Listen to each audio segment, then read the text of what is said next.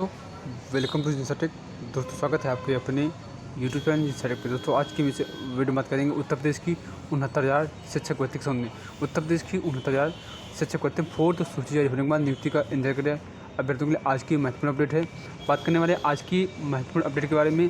तो दोस्तों जैसे कि आप लोग पता है कि जब सुनवाई हुई थी 19 तारीख को, उसमें यहाँ पर जो दो चीज़ें स्पष्ट हुई थी। एक डबल आरक्षण को लेकर और दूसरा मैटर था वो 800 अभ्यर्थियों को नियुक्ति पत्र के संबंध में कि सरकार इनको नियुक्ति किस प्रकार से देगी, जिसमें डबल आरक्षण का जो मैटर है वो काफ़ी तेज़ी से उठ रहा था और उसको लेकर अभ्यर्थी परेशान है। क्या इसमें इफेक्ट पड़ेगा?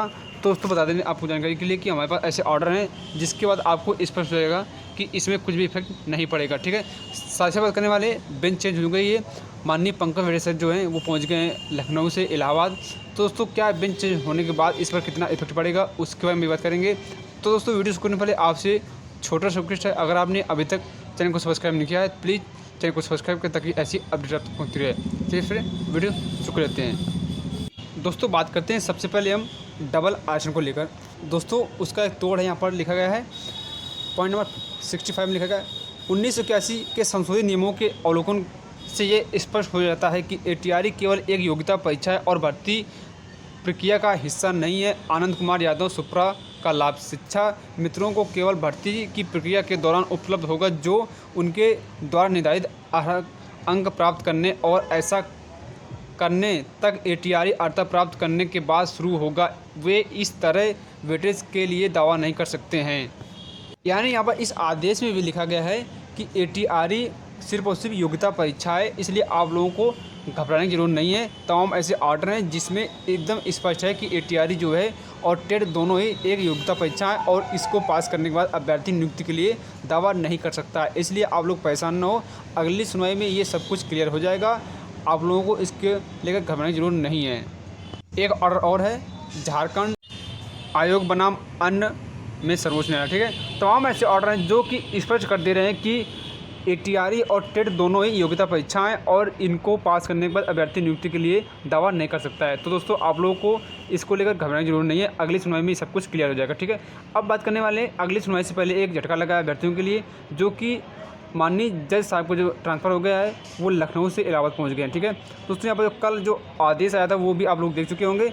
इसमें यहाँ पर जो है जज साहब का ट्रांसफ़र हो गया, अब नए जज साहब जो है आपको सुनेंगे, शायद जफी साहब सुनेंगे आपको मैटर। ठीक है, तो दोस्तों बता दें आपको जानकारी के लिए कि दोस्तों जब ये मैटर सुना गया था तब यहाँ पर स्टार्टिंग में कोई दूसरे जज साहब सुन रहे थे और इसके बाद राजेंद्र सर ने सुना, इसके बाद दिनेश सर ने सुना, तो इसमें बेंचें चेंज होती रही हैं। लेकिन सबसे ज़्यादा जो मैटर सुना है वो माननीय पंकज वाडिया सर सुने हैं और दूसरे हैं वो माननीय राजेंद्र सर ने सुना है। ठीक है, तो दोस्तों बता दें आपको जानकारी के लिए कि इससे ज़्यादा कुछ इफेक्ट नहीं पड़ेगा, क्योंकि जब इसकी सुनवाई हुई थी दोस्तों पता होगा जब जज साहब ने ऑर्डर दिया था 17 तारीख को, माननीय राजेंद्र सर ने ऑर्डर दिया था, तब यहाँ पर डेट लगी थी अक्टूबर में लगी थी डेट, शायद 17 अक्टूबर डेट लगी थी। लेकिन यहाँ पर जो है और उसके बाद माननीय हाईकोर्ट के चीफ जस्टिस ने इस पर हस्तक्षेप किया और अभ्यर्थियों ने प्रयास किया, तो उसके बाद डेट लगी थी 26 तारीख। ठीक है, 26 तारीख डेट लगी थी। तब यहाँ पर जो माननीय पंकज वड़े सर जो है नई बेंच गठन करके इस मैटर को सुन रहे थे और उनका कहना था जब तक ये मामला फाइनल नहीं हो जाएगा तब तक हम इसको सुनेंगे। लेकिन उससे पहले माननीय चीफ जस्टिस जो हाई कोर्ट के उनकी तरफ से आदेश आता है और आदेश के बाद यहाँ पर उनका ट्रांसफ़र हो जाता है।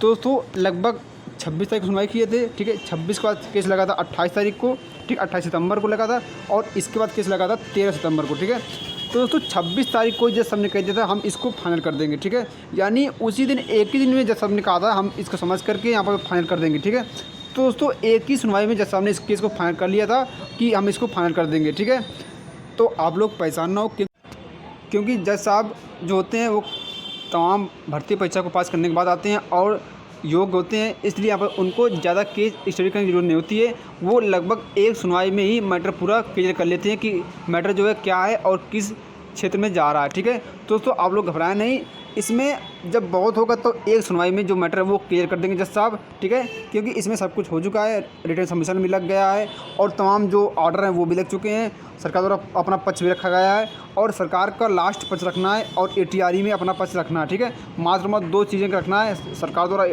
अपना पक्ष और प्रपोजल, और दूसरा जो है वो ATRE पे बहस, बस दो बहस बाकी हैं। बाकी इसके बाद आपका जो मैटर है वो क्लियर हो जाएगा। जज साहब इसको सिर्फ और सिर्फ एक ही दिन में होता है का वो क्लियर कर दें, क्योंकि यहाँ पर इसमें ज़्यादा कुछ है नहीं। ठीक है, जज साहब अगर सही से सुनेंगे तो दोस्तों यहाँ पर अगर 2 से 3 घंटे सुनवाई हो जाती है, जैसे कि पिछली बार सुनवाई हुई थी अभी 19 तारीख को, अगर इतनी सुनवाई हो जाती है तो दोस्तों एक ही दिन में ये मैटर क्लियर हो जाएगा, चाहे वो नए जज साहब हो चाहे पुराने जज साहब हो। ठीक है, इससे मतलब नहीं है, क्योंकि जज साहब जो होते हैं काफ़ी अनुभवी होते हैं और योग्य होते हैं। ठीक है, तो उनको केस स्टडी करने की ज़्यादा जरूरत नहीं होती है, क्योंकि उनको ऑलरेडी सब कुछ पता होता है। ठीक है, और उनके पास जो ऑर्डर होते हैं वो भी पहुंच जाते हैं। तो दोस्तों बेंच को लेकर आप लोगों को घबराने की जरूरत नहीं, क्योंकि जज साहब 1 से 1.5 घंटे की सुनवाई में सब कुछ क्लियर कर देंगे, केस की दशा और दिशा सब कुछ समझ लेंगे और 1 से 1.5 घंटे में इसको समझ के सब कुछ क्लियर कर देंगे। ठीक है, अगर सरकार अपना पक्ष रख देती है तो हो सकता है 3 तारीख की सुनवाई अंतिम सुनवाई हो सकती है। अगर 3 तारीख की सुनवाई अंतिम सुनवाई हो सकती है तो हो सकता है कि अगली सुनवाई जो लगे 4 तारीख या फिर अगली सुनवाई लगे तो उसमें मैटर क्लियर हो जाएगा। ठीक है, आप लोगों को इसको लेकर करने की जरूरत नहीं है, बेंच चेंज होती रहती हैं, ऐसा पहली बार नहीं हुआ, काफ़ी बार हुआ है। ठीक है, तो इसके लेकर आपको घबराने की जरूरत नहीं है। अगर बात करें यहाँ पर जो है डबल आरक्षण को लेकर, तो उसमें भी घबराने की जरूरत नहीं, क्योंकि तमाम ऐसे ऑर्डर हैं जिसमें यह स्पष्ट है कि एटीआरई और टेट दोनों ही पात्रता परीक्षा हैं और इसको पास करने के बाद अभ्यर्थी नियुक्ति के लिए हकदार नहीं होगा। ठीक है, तो आप लोगों को घबराने की जरूरत नहीं है, आप लोग मस्त रहें, व्यस्त रहें, आराम से दिवाली मनाएं और दिवाली के बाद आपकी सुनवाई होगी और हो सकता है वो सुनवाई आपकी अंतिम सुनवाई होगी। जैसे भी होगा जो भी होगा आपको हम जानकारी देते रहेंगे। तो दोस्तों ये था आज का वीडियो, आई होप आपको वीडियो पसंद आएगा। वीडियो पसंद आए वीडियो को लाइक करें, चैनल को सब्सक्राइब करें ताकि ऐसी अपडेट अब तक पहुँच रहे। Thank you for watching इंसाटेक।